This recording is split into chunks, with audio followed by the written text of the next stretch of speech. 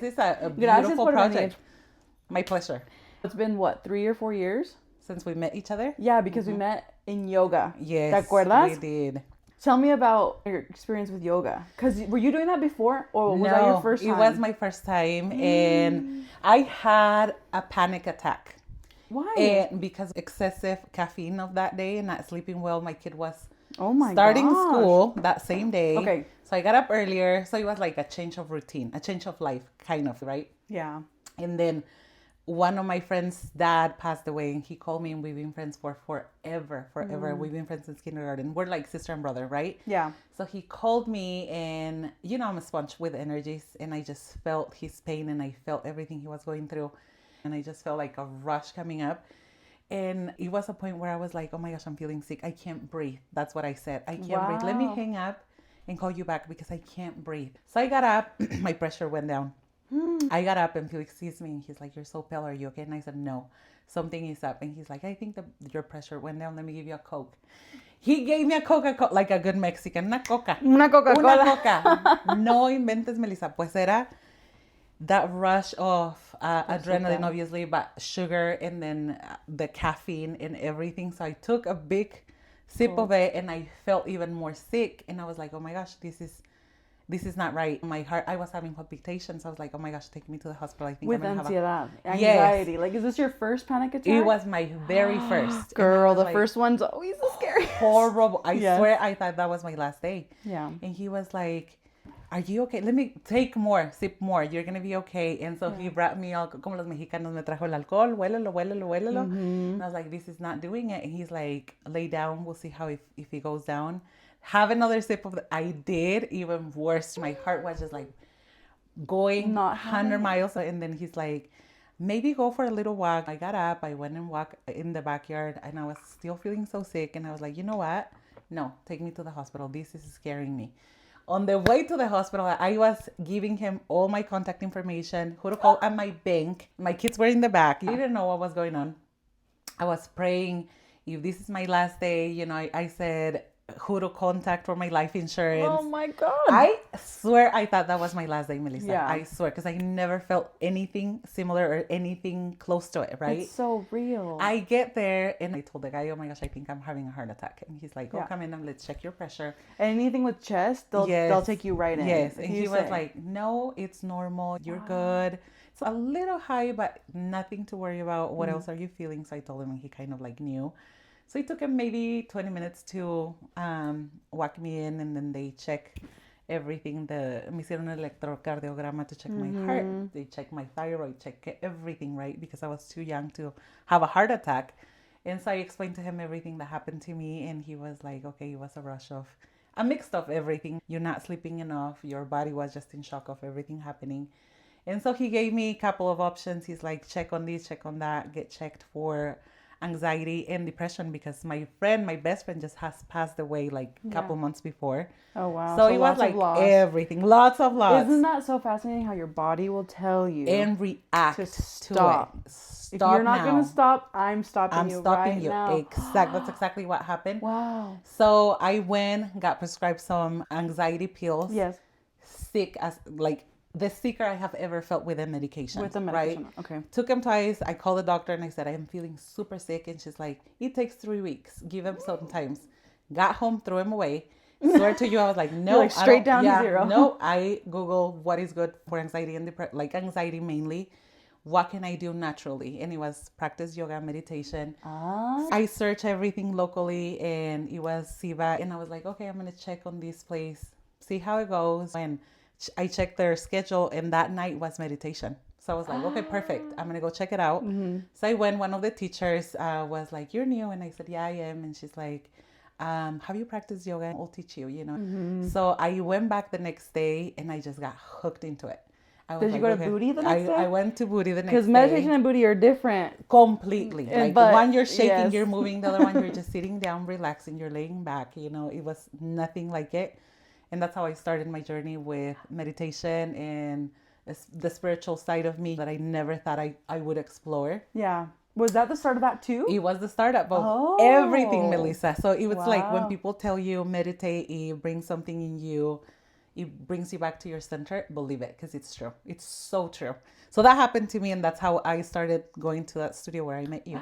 Isn't that And that's crazy? where we met. And that's crazy. How we met and how... and how you met so many women. So many people. Like, so many people Yeah. from that class are still in my life, and so many of them are close friends of mine right now. Wow. So it's been a while. It's been 5 years.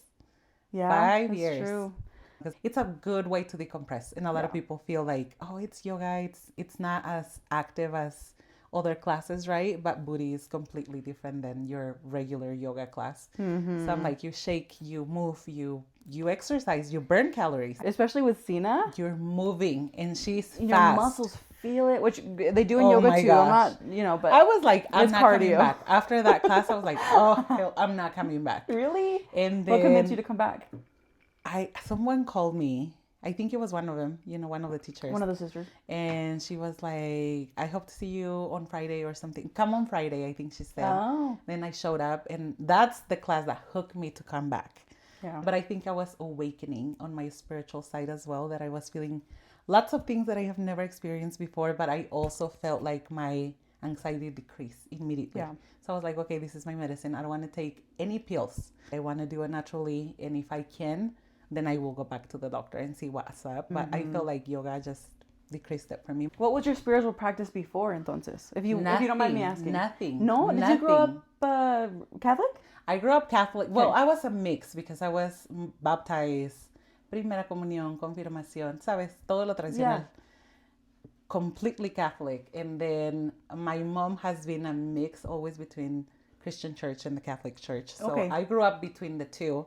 And then one of my grandmas was a Jehovah's Witness. So Oh, I didn't know that. I've been like around the whole Yeah. thing, right? And I never even thought of like me feeling things or seeing things or intuitively knowing things, right? It was more like, it's in my head. It's not real. It's in my head. It's not real, And then when I explored that side, I was like, this is real. This is happening. And I have had so many confirmations that I'm like, okay, it is real. This is real. Your own intuition. Oh, absolutely. And I think when people tell you, listen to your gut, listen to your feelings, like your body tells you, and when they reject someone as well, you have that feeling like, oh, should I go? Maybe we should listen more, because it's like a sign, and it's a red flag. Yeah. Mm-hmm. How do you use that? Like, how do you cultivate that now? I meditate. Okay. I try to meditate as much as possible. I have read a lot of books. I have like a mentor as well in that aspect. Okay, that in the spiritual side. when things happen so abruptly and I'm like, what's going on? I called and I said, hey, I experienced this. This is normal, and she tells me like exactly. It's like, I don't know if you have ever experienced that someone you just feel like that someone just went inside of you and they just feel exactly what you mean, Yeah. She's one of those for me. She's like, Wow. I say little things and she's like, is this what you felt? Is this a sensation your body experienced? And so I'm not afraid anymore of like my own feelings or my own downloads, how they call it in the spiritual side, Sure. right? But yeah. So you're around so many people. So many people. And that's all the time. Yeah. This isn't just like All one the day a time, week, 2 yeah. days a week. No, it's that's- like daily, That's right? your career. Yeah. You have to meet new people. You have to network. How do you protect yourself from Right now, that? well, I have a mentor as well on my professional life, right? And it's my broker, and I have had many conversations with her where obviously my clients go through this wave of emotions. It's a big purchase, and it's maybe the biggest purchase of their lives, right? So she's always like, detach the emotional side. Always detach it, because their situation is not your situation. You're there to assist and guide. Always keep that in mind. Do not take it personal. Never feel like you have to resolve their issues when it comes to their personal life. When it comes to the purchase, the process, negotiation, yes, take it personal, because that's your job, right? Right. But she's always detached from their situation and resolve whatever has to be resolved in the professional side. So it's just my intake, and I think putting the barrier as well, right? And protecting myself of, is this mine or is this theirs, right? Yeah.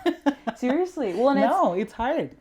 I think it goes against even your nature, especially you being a mom. Yeah. It's our nature oftentimes to want to nurture and help and oh, there's a problem, I have a solution, let me help you. But yeah, especially in business, and I deal with sell. couples, right, that come together and they have disagreements, or families. Well, and they're going through, sorry, I don't mean to cut you off, but real estate is really one of the first times as an adult that people look into your life. If you really think about it, financially, your career, you know, where you want to live, what your personal style, priorities are, lifestyle. It's kind of like, all how can dissected. I combine all these things in one place, right? What would work the best for you? Because I want this house, even if it's a temporary home, to be the home for you. I don't want you to be stressed. I don't want you to be in regret, you know, of the purchase. I don't want you to be uncomfortable. So I want to accommodate every little piece, and not just you, your spouse, your kids, because kids come to the showings as well, right? And they have their opinion. This will be their home, especially if they're like teenagers or adults, right? They have their input, and sometimes they're even part of the transaction as well.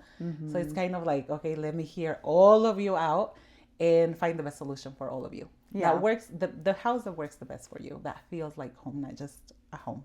Do you love it? I love it. Do you really? I love, people tell me, why, isn't that a hassle? Going everywhere, driving everywhere, opening houses that you don't even know what to expect. You get surprises here and there, right? That you're like, oh my gosh, what is going on in this house? Who lived here? But I love walking into a home, and when my clients feel like that's the home, just like you and Kellen, right? Yeah. You guys walked in, what a surprise. This was not even on the map for you two. This was not even it, like we a weren't even consideration. Gonna stop, do you remember? We were gonna keep driving. It was the last option. We came and you guys walk in and you guys were like, this is it. This is it. And I love to see that. And I've seen it a couple of times, right? Where they don't hesitate. They're like, put in an offer today. And this is it. Let's do it. And there's some others that months before they find it. And it's totally fine too. I love the process. And I think it's kind of when they're not ready yet. They're kind of debating still, what do we want, right? And it's totally fine. But I do the consultation to find out more, to narrow it down to the shortest time possible for them and for me as well, and find them the best possible solution for what they're looking for. And I love that. Oh, I love it. That's true. It's sales 101. I love helping. Each client is very different, and you can't sell out of your own pocket. So taking the time to get to know each individual client, and just think about it, Melissa. Yes. Imagine the time they have to take to purchase a home. It's a massive purchase, right? Especially in this market. This career has taught me so much patience. Yeah. Because I am not a patient person. Really? Like, I like it for yesterday. You're very go. I can see like, hey, come to me when you're ready. But this career, and maybe that's why God put it on my path, right? It has taught me so much of like, stay back. They're going to make a decision, but it's not your decision to make. It's theirs. You're presenting the offers. Exactly. The options, everything. And the resources as well. But it's there. Like I have always said in all of my consultations, I can say whatever I want to say, advise you the best possible way, show you all the options in the market. At the end of the day, it's your decision. It's not mine. Amen. And I will never push you to go a different direction, because that's the last thing you want to do as an agent. Well, and then they can you give them ammo to be upset with you. Exactly. No, at the end of the day, this is what you wanted. This is what I presented. And you're empowering. Exactly. Really empowering. And I think that goes back to probably from your, not only your career also, but your like motherhood too, right? You don't just tell the kids what to do. Like let them understand what's going on so that they can grow up and make the decisions on their own. And that's exactly, be independent and make their brain resolve whatever it's happening, right? And reflect as well so many times, because some kids say things, right? Like my son, the little one, he's always trying to sell us things. Like he hangs things on the end tables and he's like, this is my business. He cuts little bills from like he's a piece an of paper, entrepreneur. Sends right now, and he sells them to us, and he's like, this is the ticket for my show. You guys gotta pay me at the entrance, and I'm also selling this merchandise. It's so funny. He is, and he's 5, Melissa. Wait, what's his show though? Is he a singer? He sings. Cristina, I love him. And Alex is more compassionate. Okay. He loves animals. He's like, when I grow up, I'm gonna work in a zoo, and I'm gonna have hippo, a giraffe, things like that, And I immediately said, you don't want to work in a zoo. You want to own a zoo. And he's like, yeah, I can do that, right? And I'm like, yes, you can. Opening his eyes to possibilities. Like, right now is the time to plant the seed of don't conform. You can do way bigger than what your imagination can go, right? Same thing with everybody that surrounds me. I'm always trying to surround myself with empowered people who feed the drive and kind of feed like things that I don't know. I like to hang out with knowledgeable people, especially in my career right now. Yes. And in many other areas of like, I have a range of friends from like in my birthday dinner, right? I have Chala who's 23, and then on the other end of the table, I had a lady that is 65, right? And I went to lunch on Tuesday with a friend that just turned 70. Wow. And I'm like, I don't care how old you are. You know, as long you as have wisdom, you have knowledge. The connection is there. But let's go back real quick. With your kids, with teaching them how to dream big and go even beyond what they can imagine. Did you grow up like that? Yes and no. Okay. Yes and no. My dad is very ambitious, but he's very disciplined. Like he puts in the work, and my kind heart comes from my mom. She's very compassionate. She's always helping, always looking for ways to help. She never has an agenda. She's always giving from her heart. Okay. And she's like, you can never put your agenda before the purpose of doing things. You have to always give it from your heart. If not, it doesn't feel genuine. People feel like you're doing it for a reason, and it never sits right with anybody. Right. So over there, I grew up seeing both, right? Both sides. My dad has always had the mentality of not being an employee, but being the boss, right? And my grandpa as well. My mom has always been a hardworking person. She's always on the go, just like me. Yeah. But in the sense of more of service. She's always helping. She's always assisting. She's always like in our neighborhood. She will always be looked for to help. Who can resolve this? My mom. Because she's very quick to think about solutions, right? But my dad is he's a number guy. He's quick to make math. He's analytical. Quick to analytical. What to did the he T. do? They have their own little business. My dad has his farm. He has land. He sends products. Allá in Ogden? En Michoacán. Oh, in Michoacán. Mi papá ya está retirado, Melissa. He's That's 70. Why he's up in He's Utah. 72. Oh. Y mi mamá acaba de cumplir 68. You know, ya son personas grandes, ya están retirados. Yeah. Pero yo crecí viéndolos crecer. ¿Sí me entiendes? Yeah. No es como algo que I grew up into. But I have always had that ambition since I was like Sebastian, you know, like I see him and I see myself in him, but I'm always like, I never sold tickets to my parents. I never put the stuff that I bought. Like for my birthday, he was like, I am so upset when I pick him up from school. And I said, why? And he's like, because I want to give you a gift. Take me to the store and you turn around, give me the money, and then I'll pick it for you. And I'm like, he's 5, Melissa, he's 5. And I'm like, dude, he's going to be very successful in life, that man. He's so funny. And Alex is all these. They're opposites. Yeah. He's fiery. He's just like, I got this. And he's a rebel. You know, he's just like a little hurricane. That's why I call them my hurricanes, you know, because they're always like... Both of them. Oh. So they balance each other out really well. So much. So then, okay, so... ¿Creciste en Michoacán? Did you grow up in Michoacán? En Michoacán. How long were you there? 15 años. Yo llego aquí a mis 14, about to turn 15. That's a shock. Why? Was it? Well, no, I meant like, is it a shock into your system? Absolutely. Like culture shock. Absolutely. I had no idea Mormons existed. I was never around snow. I was never around living on the clock like people live here, on the go. It's a small town and I was very involved in school. Like all the teachers were so upset with my mom because she took me away in the last semester, right, of graduating from middle school. Why did they do that? My oldest brother was getting married. So my sister, my youngest sister, okay. So my oldest sister, my oldest brother was already living here. My oldest sister was already here. Okay. Then my sister was it's 5 of us, was about to graduate high school. And my aunt was like, she's very smart because my sister is very, very smart. She was going to medical school. Oh, medical school. So she was like, if you guys ever perceive you guys as living in the U.S., bring her so she can get at least her high school diploma. And when she comes, you know, she can work in a better place or whatever, you know, she threw that out there. And then my sister was like, okay, because this is February when she moved. And it was only 4 months left from her school year to graduate from high school over there. So she tested on the ACTs, you know, she overpass every single score. Wow. And her teacher at the time was like, you're very smart. Let's test you and see if we can get you a Fulbright scholarship.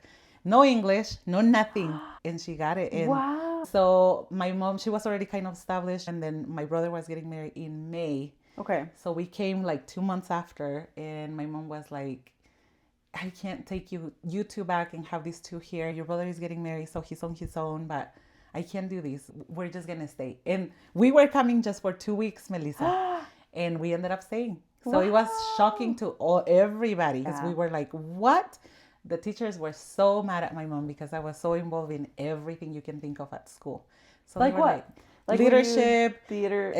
No, like sports. I was in volleyball, basketball. I was like in dance. I was involved in la escolta. Yo no era la que dirigía. And so many things that they were like, she has so much potential. Don't take her. Right. Let her finish her school year here. It's only 2 months. Yeah. And my mom was like, no, we have a wedding to go to. It was hard for her too. She went into depression here. She was muted. She knew no one, you know. She didn't know how to drive. She didn't know how to speak English. She didn't know where her surroundings. It was so much. A shock. And over there, she's the leader. Everybody comes to her, you know. She resolves everybody's life, kind of.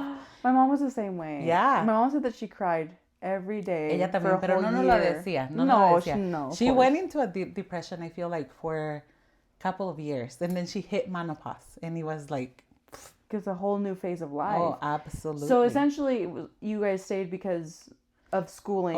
For your sister, so she could potentially have a different lifestyle and everything. So my mom was like, opportunities are there. My aunt owns practically the block. She was like, we will rent you this house. Let's see how it goes. And if it doesn't work out, you guys can always leave. The lease is going to be month to month. Whatever, I can help you guys out. My sister was already working. The other one was already working and going to school. Yeah. So my dad was kind of like, let's give it a try. And we stayed. 12 años viví en Ogden. Trauma. 12 años. But you know what? No, but it's also like, Yo me acomodo muy rápido. Sí. I did not struggle. I feel like I had my best friend at the time at that high school. So he showed me around. My sister was already there for 2 months. So she was letting me know and to be cautious of certain things, right? Yeah. And I made friends immediately. So it was like, to me, you adapted. It was very, very easy to just... Well, I think that's why you're such a good businesswoman, too, because you can adapt quick. And that's all it is. Melissa, you can be the smartest person in the room. Yeah. But if you can't pivot when things happen or whatever, or recover. Exactly. And one thing in life is constant, and it's change, right? Yeah. If you can... Adaptability is like one of those skills that you have to... For me, it's something that I try to put into my kids' head immediately. Teach them as well. If anything happened, it's okay. Changes will always happen and continue to happen. And not just in like school, in life in general. You have a job right now, tomorrow you don't know. You are alive today, tomorrow you don't know. So do your best right now, be present with the people. 2 things. Yes. Change, death. That's exactly. The only guarantee we have. Exactly. If we really dissect it, ¿verdad? Mm-hmm. And it's like, that sometimes people think it's really morbid, but no, that's your will to live. Es lo único que tenemos asegurado, que nos vamos a morir. Y mucha gente como esa realidad. La gente tiene miedo a la muerte. Yeah. Y está bien también, porque si no tienes miedo a algo, vives sin precaución, ¿verdad? Mm-hmm. So, yo creo que es muy importante que la gente concientice que es realmente importante y que es para qué están viviendo. Tienen que tener un propósito. Y yo creo que el mío, Melissa, es conectar y ayudar a la gente. I have learned that so much. Honestly, I did believe that you grew up here, that you maybe like... Pues tenía 14 años. Because your English is perfect. Pero 14 años, Melissa, tú ya traes como una escuela de donde eres. Mm-hmm. Y ya ves que dicen muchas veces, los niños de México piensan diferente. Están como más abiertos porque están más expuestos. Mm-hmm. ¿Me entiendes? Yeah. Y tú llegas aquí y es una forma de vivir totalmente diferente. La comida, la cultura... todo, tus alrededores. O sea, yo vengo de un rancho, Melissa. Sí. Yo no vengo de un pueblo y una ciudad.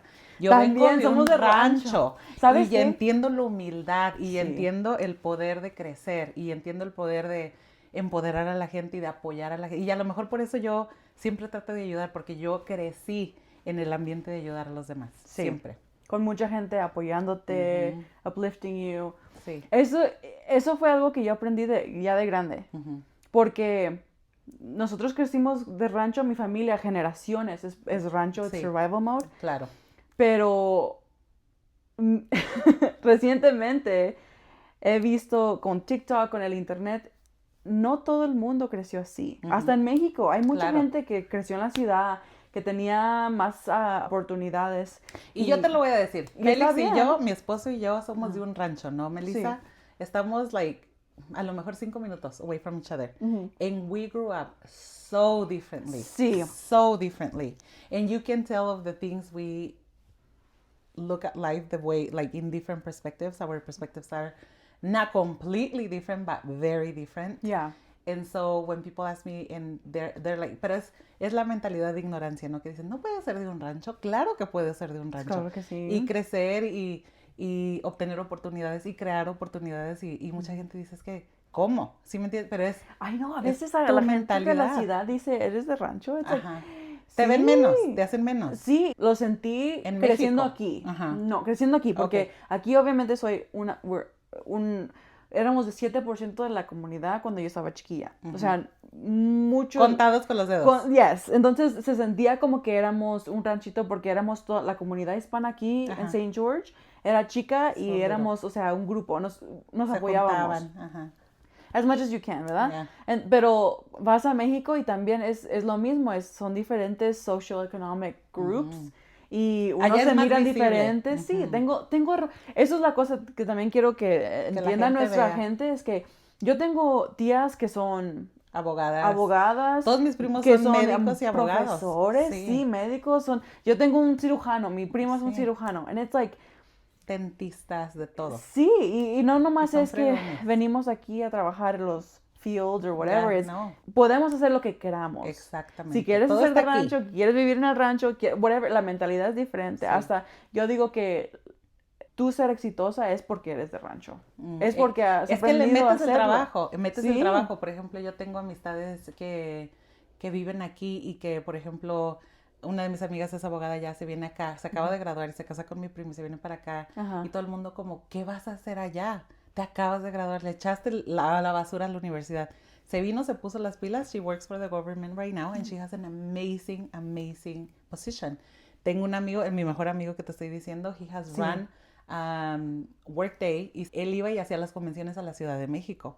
Y los dos somos de rancho, crecimos en las mismas escuelas. We went to the same university here in Ogden. Sí. We won the same scholarship actually. So it's been like es el amigo que me produjo. Bueno, no voy a decir, solo la noticia me cayó así de puff y me dio the panic attack.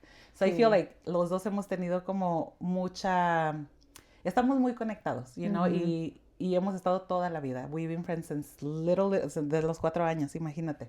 Wow. Entonces, tengo mi hermana, por ejemplo, también, you know, she's doing super, super well. My brother as well. Yo creo que te prohíban llegar a un lugar por de donde tú eres es de lo más ignorante que puedes tú asumir que no puedes. ¿Por qué? Porque eso no tiene nada que ver. Lo que tiene que ver es tu voluntad, tu esfuerzo, con quién te rodeas. Yo siempre he dicho eso. Your surroundings determine so much in your life. Because, see, if I'm uplifting you and you're always like, no, this is not for me. No, you're just so negative about everything. You're going to end up affecting me in some type of way, right? And or bringing me down or stopping me from doing things that I think I can accomplish. And if you're surrounded by people who are kind of like in the same mentality and they're like, oh, sky is the limit. Girl, this is yours already. Just go for it. You go for it. You know what I mean? And things happen that you're kind of like, oh, wow, it was possible. I credit myself to having good friends también because my sister and I talked about this, that they helped as much as they could, but they really, if we had Fs, no one would really know. Like all Fs, quién sabe. But I had a really solid group of friends who were smarter than me, who were kind, who were willing to like help me, but also at the same time like help each other, ¿verdad? Like we all uplifted one another. That's where you need it. Have you heard the quote where show me the 5 people that you surround yourself with the most and I'll tell you who you are? It's so true. Transform into you tweak your personality because I have, like I told you, different variety of friends, right? And but you met me when I was so open to everything and everybody, right? Yeah. I learned my lessons, not the best possible way.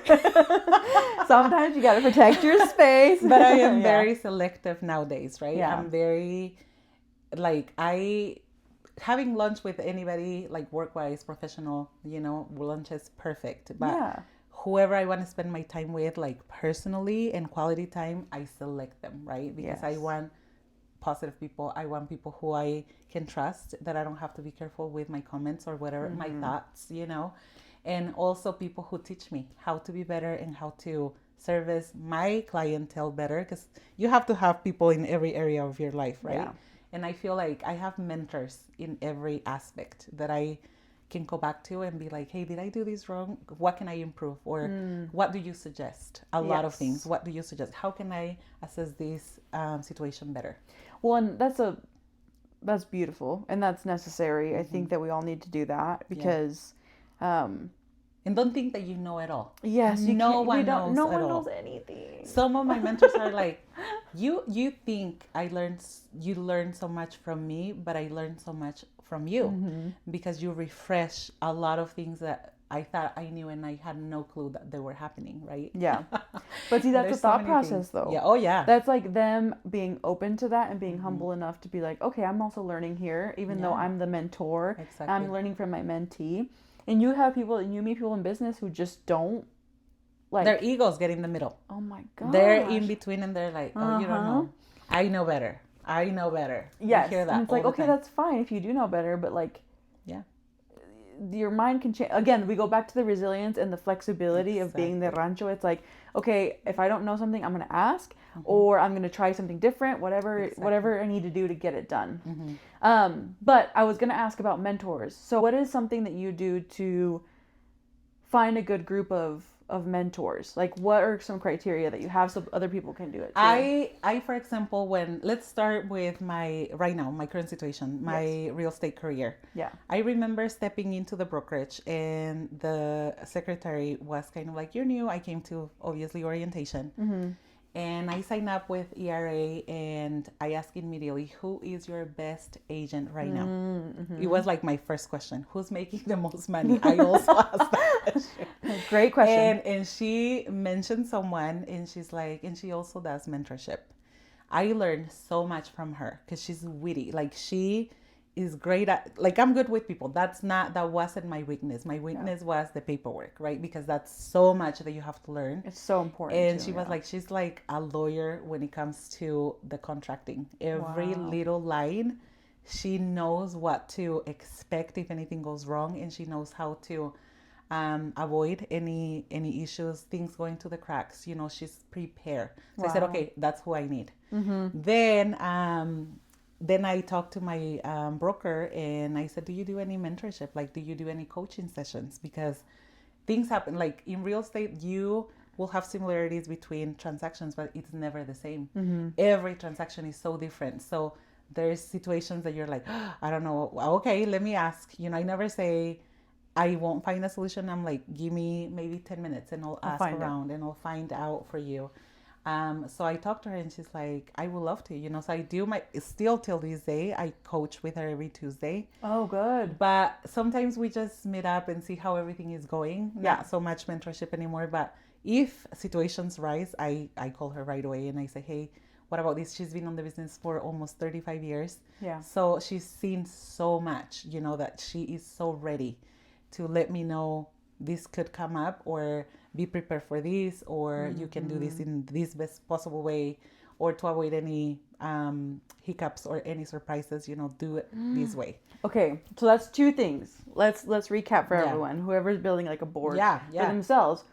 One, you knew your goal. Yes. You knew what you wanted to do, which you want to be the best, said it. And you want to make the most amount of money. Yeah. So you identified your goal for yourself. Immediately. Then you searched.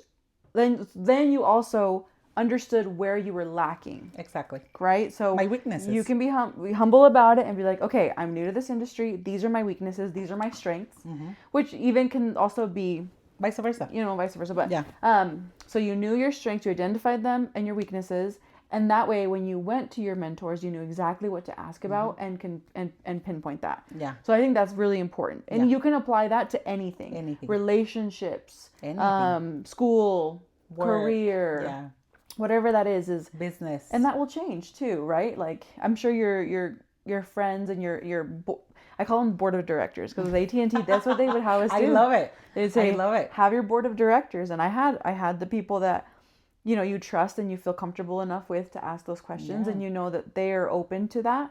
And you have to have someone always that grounds you, because sometimes you just you have to, me especially if you have big dreams. Exactly. I'm a dreamer, you know, and I love dreaming big, and I love making big goals to myself, and I have to have someone, and I have to have someone that it's my mom, right? And it's my brother. They're like, I love that you're out there, you know, but also calm down. La realidad. Pisa tierra. A healthy Pisa tierra. Step on grass. Go outside. Y me encanta eso, Melissa, porque también es importante que te traigan la humildad de regreso. Yo creo que si mi mamá o mi hermano no fueran de la forma que son, yo no fuera de la forma que soy ahorita, ¿sí me entiendes? Como es fácil que se te suban los humos, es muy fácil. Y especialmente si tú sabes tu capacidad y tú sabes que this is not my first rodeo, and like in real estate, but I have done so many leadership positions in different industries, right? That I walk in to be like the assistant, the secretary, and then boom, out of the boom, I always end up managing the businesses, always, because I love people, and people listen, right? And people kind of like feel at ease with me.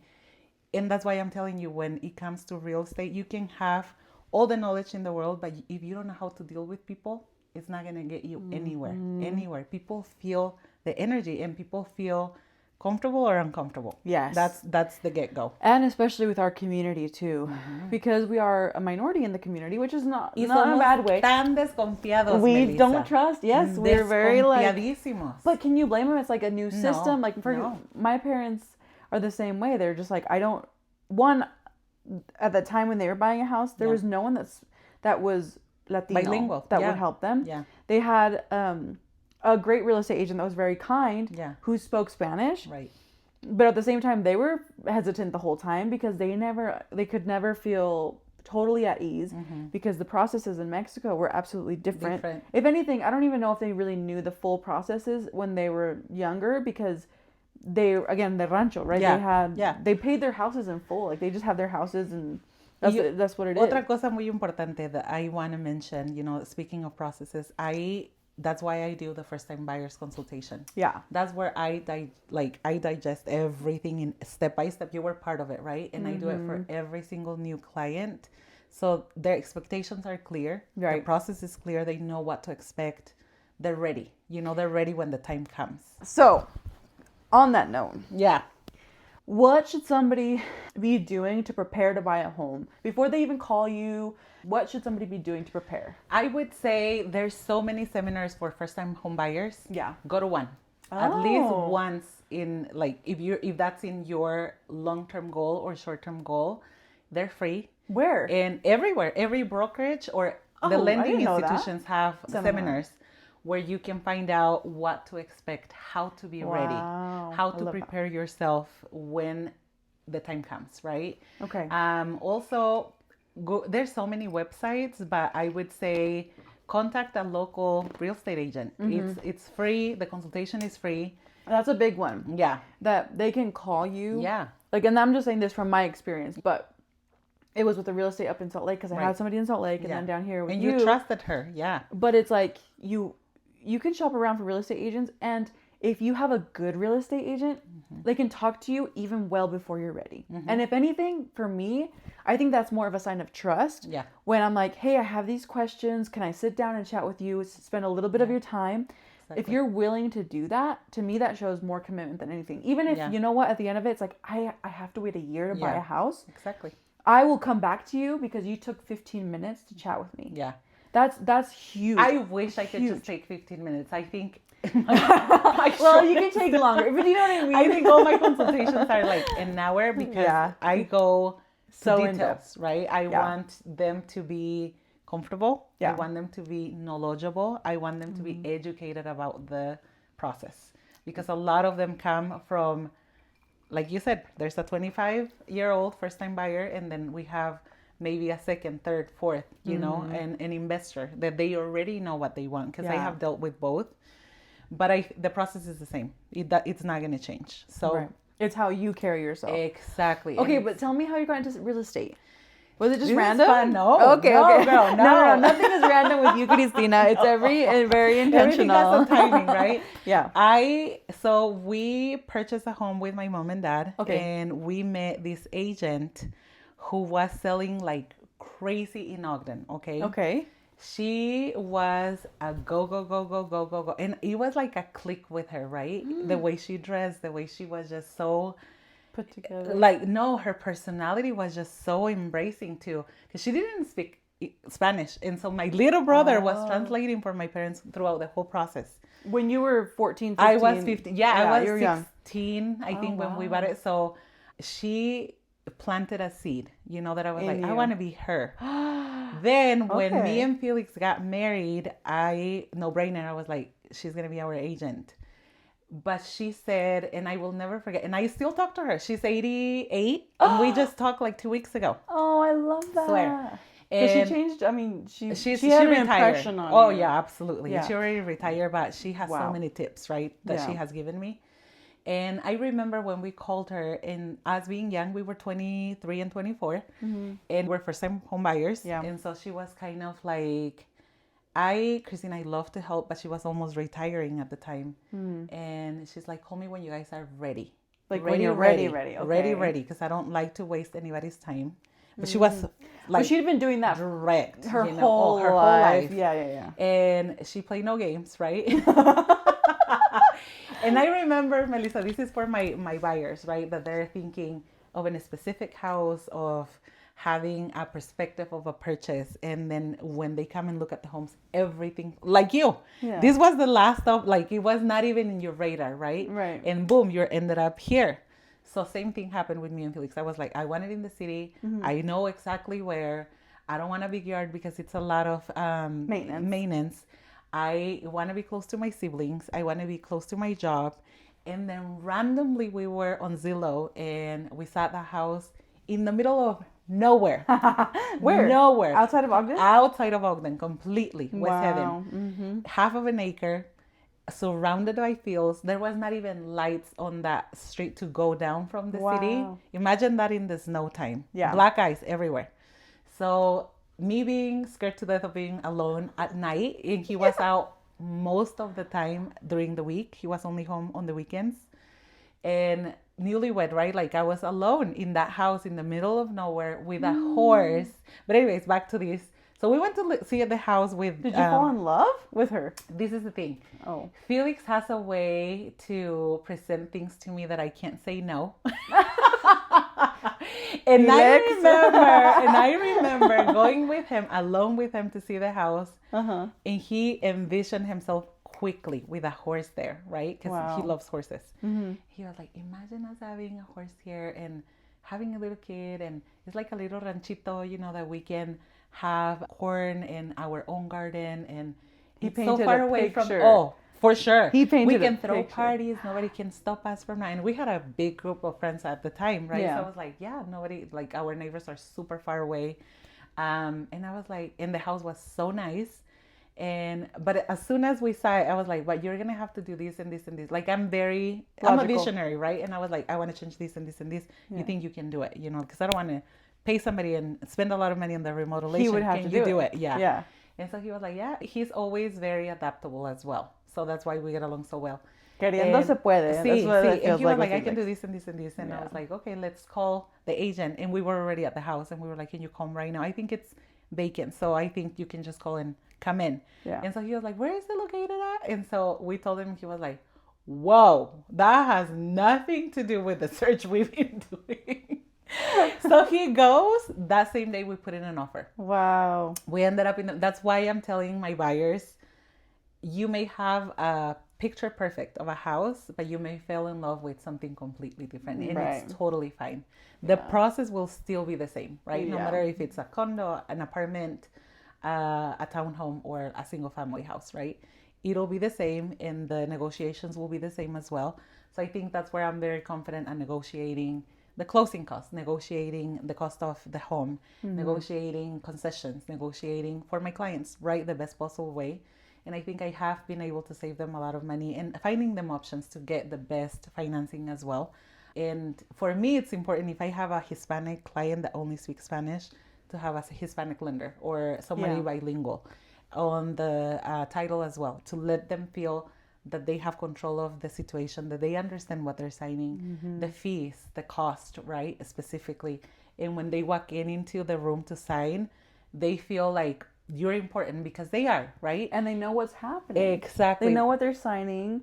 Yeah. And shout out to your brother because he translated for your parents. But also shout out to you for not putting that onto another kid. No. So let me tell you. Okay, let me come back to this. Because I was that little kid translating. So she sells the house. We closed. We became close friends. And I remember that was the night. And she's like, hey, you guys, something happened. There was a glitch with DocuSign. It was brand new at the time. Oh, okay. So she's like, I printed the docs, come to my house. So Felix and I went to her house. She lived in a massive cabin, okay? Massive. The backyard was a river. She rents that place for, it's a venue. It's a wedding venue. Oh. So, and she lives in this huge state. And I was like, how are you able to have, because she had a different car for every day of the week. Okay, different car for every day of the week. Rich. I know. And I was like, how were you able to create this wealth? And she's like, real estate. It's the best business you can get into, Cristina, because people will always need a house to live. It's like having a mortuary, right? It's true. People will always continue to die. And she's like, put it that way. These two businesses will never go away from the market because it's consistent, right? So I was thinking, oh my gosh, I want this What lifestyle. year is this? This is 2012. Oh, wow. 2012. Okay, so this isn't even that long ago. I put it in the back of my brain. Okay. I moved here, had a completely different lifestyle, When did you guys move down? So 2014. 2014. So you lived there 2 years. 2 years. And did you end up deciding that you didn't want to, like, why did you end up moving down to Southern Utah? Felix had a promotion on his job. They were expanding, and he got offered to be the operations / manager for the whole, he grew that company here, right? Yeah. And so he was like, it's a big opportunity. I don't think I'm going to get it here because it's a family business. It's a family-owned business. They have the higher up positions, all their siblings, kids. So he's like, it's a big chance for me to grow as a professional. And I said, I don't know, maybe go try it out. Yeah. I was very established out there, I was like, I don't know. I just got promoted to manage the title owned place. Oh, yeah. So I was like, I don't know. I'm good. And I was still going to school. So I was like, it's transferring it's a huge move. I don't know. And we just bought a house. We just bought a house, And so he came from, I think it was February of that year. And then he's like, come and check it out. I want you to, this is the place where I want to be. He insisted me to come in April. April is the best way. Yeah, it's the best time of year, George, right? Yeah. Everything is flourishing. The weather is perfect. Spring. Yeah. All the freaking trees are green, no heat.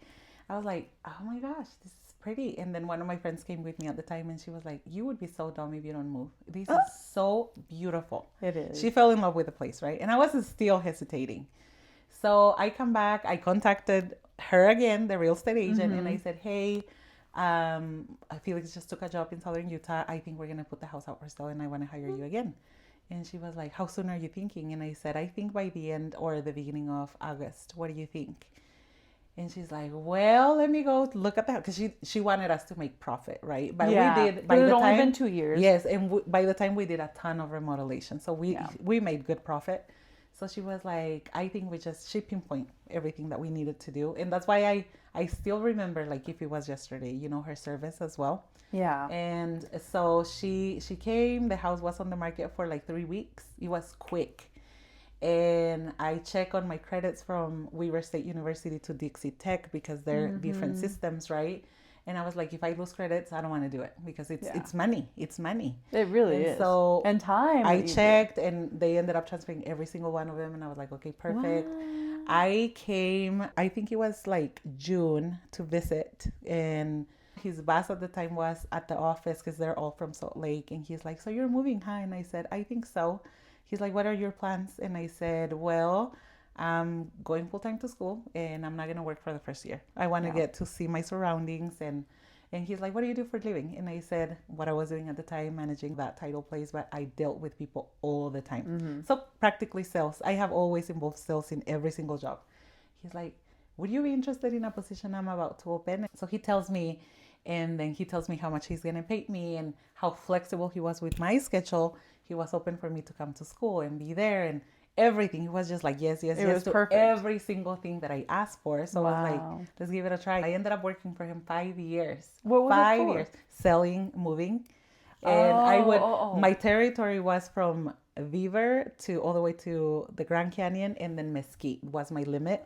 But it was like all southern Utah. So that's how I got to see everything around St. George, and right? meet everybody. Oh my gosh, so many people. So he bought a subscription with the board of realtors. We would sponsor a lot of lunches so they can hear about Redmond Van and Storage, right? And then the Chamber of Commerce, so I got to be in their meetings as well. So ever since, right? Oh wow, it really set you up with networking. Oh yeah, a lot. Immediately. And then I got pregnant, and that's when I was like, I don't want to be here.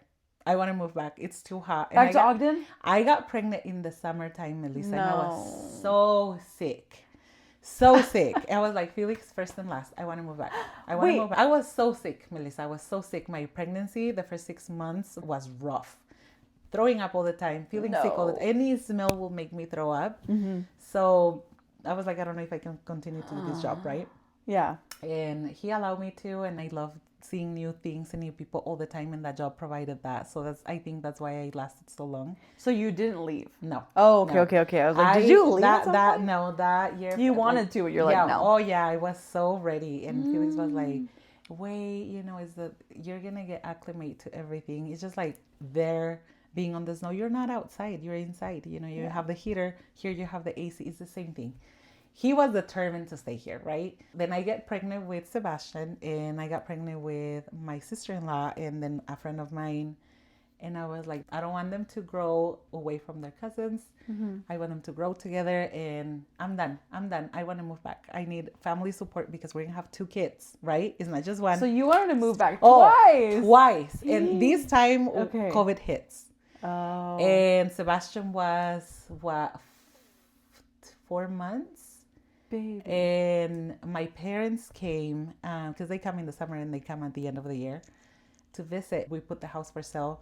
I already had a job, all right? Up in Ogden. I interviewed, I got the job, and I already had everything lined up. My sister was like, you can live here until you find a place. I said, as soon as we sell this house, I already have my eye in a property. And my friend at the time was doing real estate, so I already let her know, hey, this is happening. And she was so excited. She was like, oh my gosh, you're back. Oh my gosh. And I left to Mexico from like August all the way through December. Our house was in the market. It was a hard market because COVID. Nobody knew what was happening. So I said, I don't want to be here during the showings. We're going to have people from all over, and I don't want to get sick and then get the baby sick. My priority were my kids, right? Sure. So I said, I'm going to leave with my parents. We left, and the house got under contract in November. Okay. By the time the house was under contract, we do moving as well. We have that business, and he went to move a dining set. It is the one at my house right now, and to a designer, because that house was owned by one of his partners. She's a designer, and she was remodeling the house at the time. And Felix said, when are you selling this house? And she's like, I think by April. I think it's a very good time frame between all of the remodels we're doing. And Felix is like, I think Cristina will love this house. This is the house we're living at, okay? Right now. And so he FaceTimed me, and he was showing me the house. He was just like, this is everything you wanted. I will paint it white just like you wanted, because the house was like brownish. You know that brown that every house in St. George has? So I was like, I don't like the color. And he's like, I will paint it white before you come home. Just give me the green light so I can put in an offer, because we're closing on the other house. And he said, I don't know, because I haven't seen the house in person. And you wanted to go to Ogden. Yes. And I was like, and what about my job? And what about all these plans that I have? And it was a big leap of faith, because that period of time was when he decided not to be with the company anymore. And started his own. I got to the top, and they're not offering any more advancement, any more pay raise. This is it. I want to do it on my own. He was already doing things on the side, but he was like comfortable enough to say, I want to start my own business. Right. And I said, oh my gosh, that's a huge change, having a house and you're quitting. Are you sure? And so he was like, we're going to make it. We're going to make it. We're going to make it. And this is going to happen. And I said, I'm not working. I have a job lined up there, not here. I don't know what I want to do. So my sister called me and she's like, what are you doing when you come back? And I said, I'm going to do real estate. Now, this is my goal. This is what I want to do now. This is 5 years, like 5 years ago. And then one of the best advices I have ever heard from a real estate agent, and it was from that lady that inspired me to do it, was, if you want to be a present mom, don't do this until they're full-time in school, because this is a very demanding job. You won't be at their games, especially if you put them into sports. You won't be available for pickups or holiday weekends, because that's when peak seasons is, or all the time, like people want to buy and come and see homes on holiday weekends. So you have to be available, Cristina. I was kind of like, maybe not, you know. What a great expectation, though. Yeah. She painted it clear. Like, this is what you're getting into. Just fair warning. Because she was like, do you plan to have kids when we move here? I had that idea. And I was like, yeah. And she's like, then wait until they're full-time in school. Then consider this. Because if you want to be the best and you want to do something with this career, you have to have the time for it. And so I waited. That's why I waited. And so last year when Bash was kind of already 4 days at school, I was like, okay, it's time. And now that he's full time, now it's like next week. And I'm saying this so people hear it, it's be ready, because I'm coming full force now. Ooh. I took the time, like I took the summer off kind of. Yeah. But I feel like now I know what I want. And now I have a clear expectation and goal. And an understanding of the industry. Exactly. Because now you, what, is it a year now? A year and a half. So a year and a half of really understanding what you're doing, knowing what you're selling, learning. That's an asset for your client. It's like the expectation is clear, right? So anyway, we ended up moving back here, and you didn't end up leaving. No, you were in Mexico, and then you came back to the same place. I came back to the same different house, the same place. My kids started school, so I met a different group of friends, and I think that made it for me, because I had two friends at the time. I was not as much of a social butterfly because I had babies, right? Yeah. So I was more of a stay-home mom, you know, and I was like, no, and over there I still had my huge group of friends that I would go and have fun and stuff. But more than my friends, it was my family. I was like, who's going to babysit for us? Daycare is super expensive. You know? It's like a mortgage payment having both kids in daycare. That's what I hear. Oh, it's expensive. And the commitment is big, you know. And so I want to move back. We have your mom. We have my siblings. We have people that I trust. You have a village. Yeah. And trusting, again, Hispanics, right? I'm very cautious with my kids. Yeah. Like, you see me out and about, they're with my husband, not with anybody else. If he's not there, I cancel. I postpone. Right. But if he's home, obviously I'm able to do whatever I need to do. But if he's not there, I don't do it. Because I'm very protective. I'm a helicopter mom to an extent.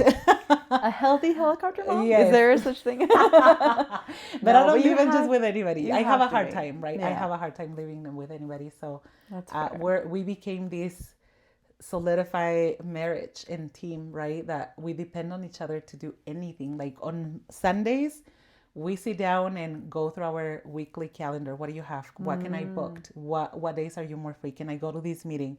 Now it's going to be more flexible because he's in school. Full days. In full days.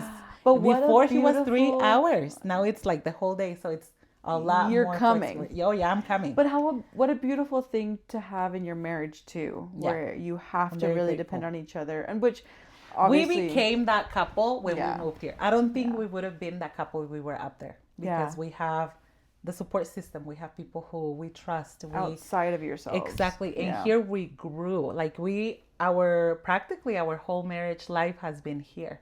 Oh, wow. Yeah. And I feel like if we were out there, I don't know if we would have that beautiful relationship that we have right now, because we see each other. Nos vemos con tanto gusto y nos reunimos todo el tiempo y vemos a los niños, and anything, we're here, anything, they're there, you know, and it's just how it has been. But it was quite a change. Yeah. Estar en un lugar sin conocer a nadie, Melissa, otra vez, was like, oh my gosh, what are we doing? Yep. And yo sí le dije, yo no tengo miedo a eso, yo no traigo la mentalidad de hacer amistades porque yo tenía mis amigas, you know, yo tenía mis amigas allá. Y te lo juro, the first 2 years that we were here, we would have visitors every other weekend, if not every weekend. From Salt Lake? Because they wanted to come. So my mom was always like, I don't know how you do it. Your house is a hotel. You always have someone at your house. But you love that, right? Like, do you love now with kids, friendship? I love friendships. Yeah, I love, but right now with my kids, I'm very protective of their space. I'm very like, who comes, who goes, right? And before it was like, whatever, it's just us. But now I'm a very protective mom.